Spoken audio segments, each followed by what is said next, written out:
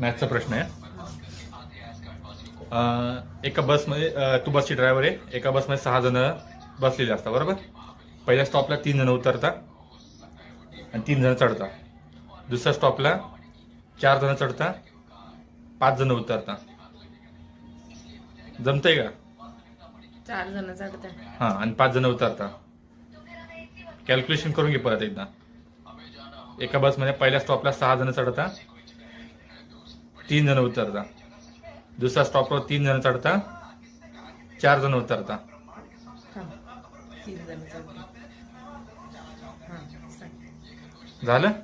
ड्रायव्हरची age काय? ड्रायव्हरची याच्यात काय ड्रायव्हरची एज?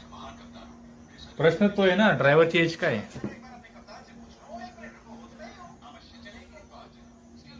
तुम्हाला माहिती असलं प्रश्न कमेंटमध्ये उत्तर द्या.